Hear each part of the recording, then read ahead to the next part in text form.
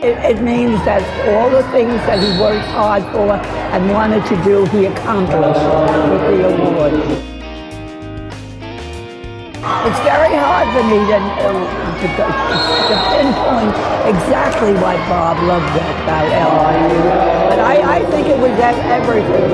I think it was the fact that he enjoyed the people here, and I think they enjoyed him, and I think that it was just something that he didn't expect when he came, and look what he got. And now we're really, everybody's giving him so much credit, and he deserves it too. He loved everybody, and when from talking to the people here, they all love him.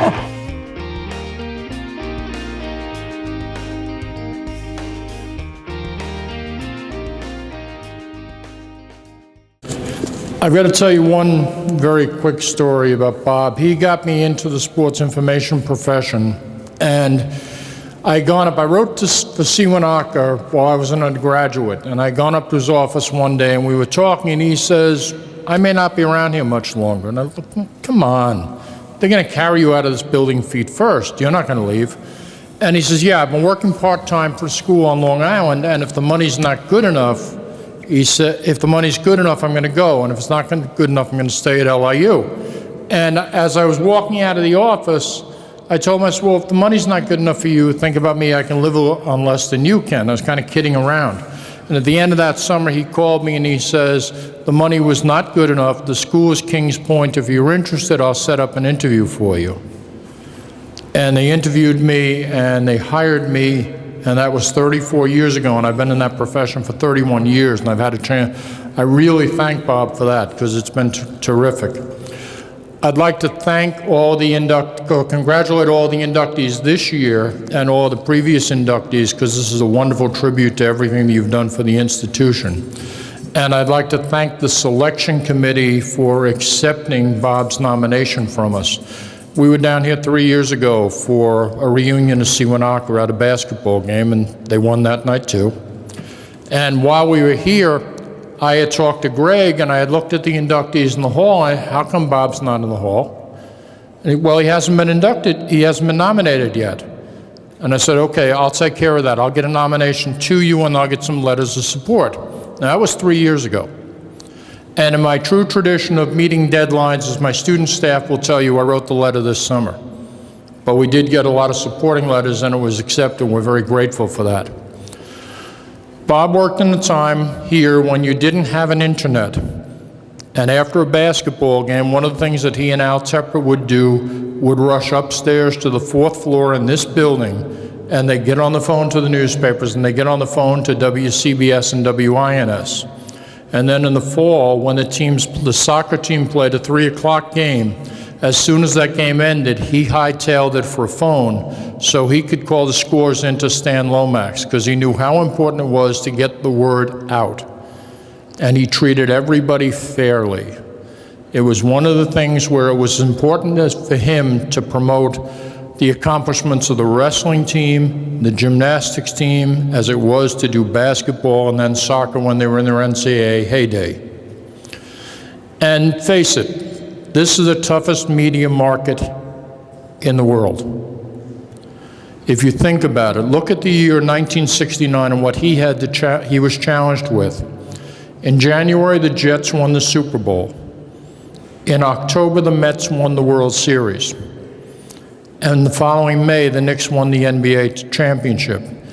Clearly, this was a town where the media was not beating down the doors to say, do you have any good college news? We don't have anything to print. And yet he found a way. He also knew how to make a point. When we walked into the dinner tonight, I looked up there and I said, actually, where a couple of us should be sitting is right up there on the 2nd level, because that was the press box for Founders Hall. And we watched more games from there than we wanted to think about.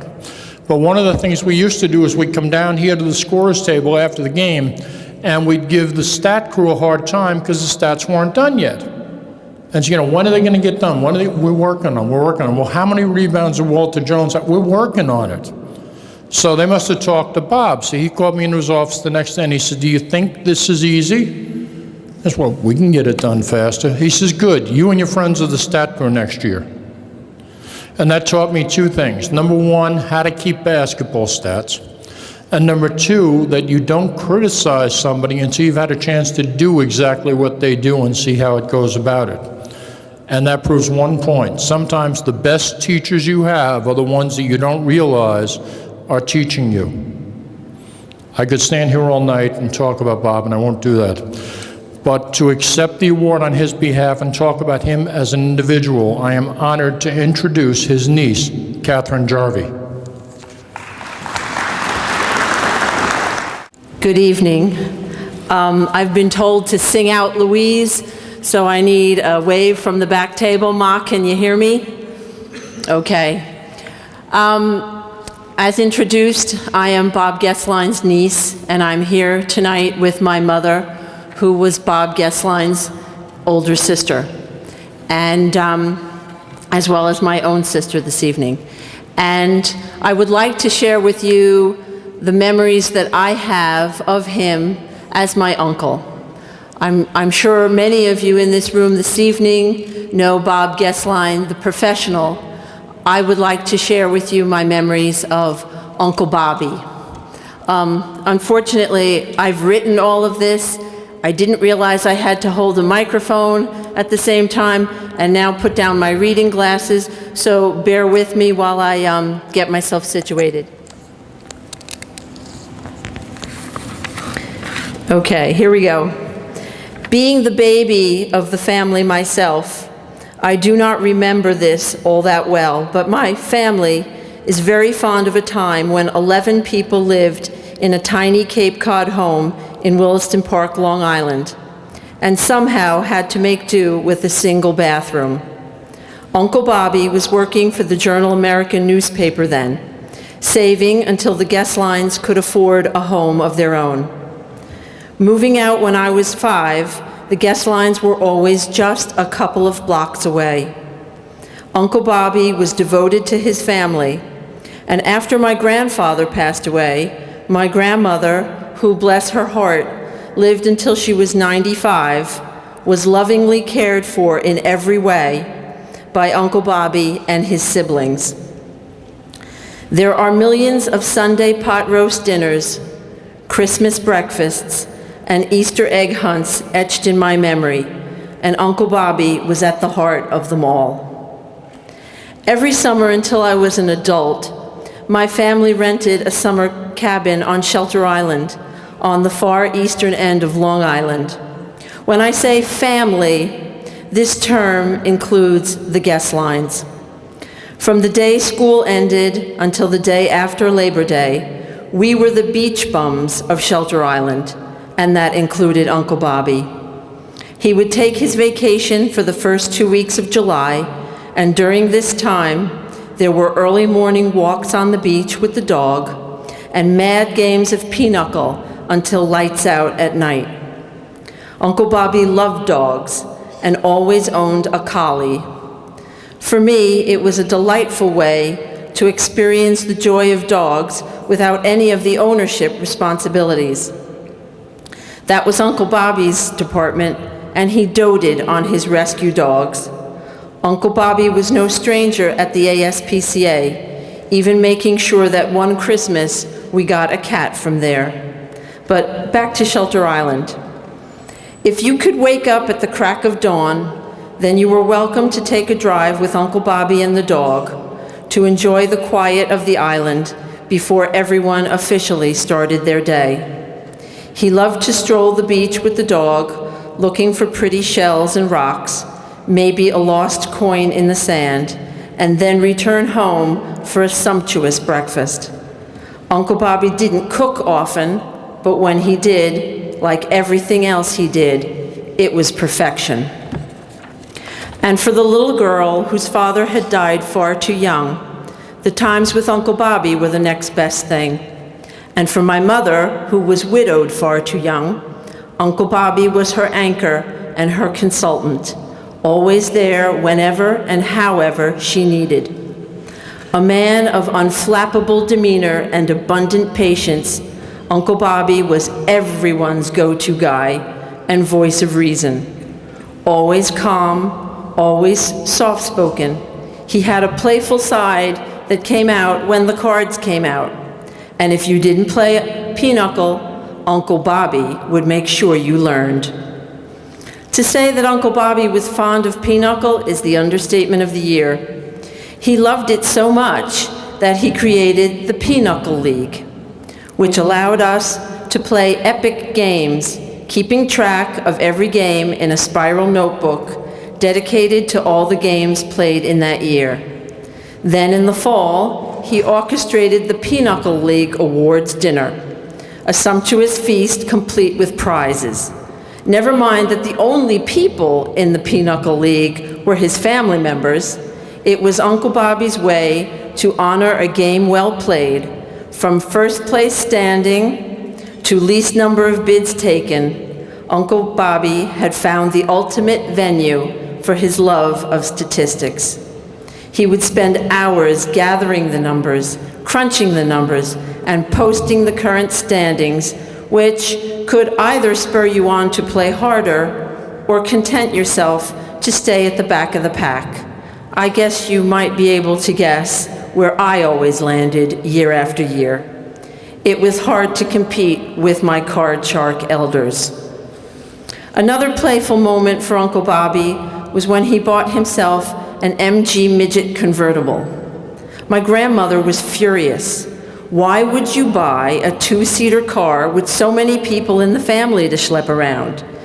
He ended up not keeping that car for very long, but for the summer it was out at Shelter Island, and my sister and I had a blast riding shotgun around those island roads, low to the ground, wind in our hair, trying to squeeze two bodies into one seat.